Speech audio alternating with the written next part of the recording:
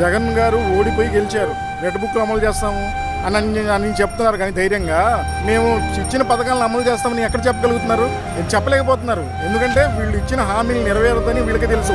అధికారంలో వస్తే చాలు, తర్వాత ఏదైనా చేయొచ్చు, ఇలా కళ్ళబొల్లి మాటలు చెప్తూ అలా గడిపేయచ్చు అన్న ఉద్దేశంతోనే వాళ్ళు అధికారంలోకి వచ్చారు. ఈ రోజు జనాలందరూ తెలిసిపోయింది ఇంత వ్యతిరేకత. 5 సంవత్సరాల తర్వాత వచ్చే వ్యతిరేకత 7 నెలల్లో వచ్చింది.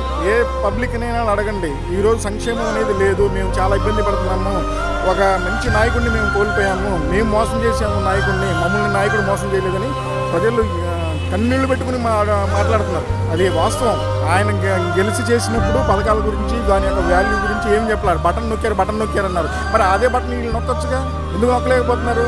తెలంగాణలో 5 లక్షల రూపాయలు బీమా, అంత అభివృద్ధి చెందిన రాష్ట్రమైన తర్వాత దాన్ని వాళ్ళు 10 లక్షలు చేసుకున్నారు. కానీ ఇక్కడ పేద రాష్ట్రమైన 25 లక్షల రూపాయలు బీమా అమలయ్యేలాగా చేశారు జగన్ గారు. మరి ఎవరు దమ్మున్న నాయకుడు?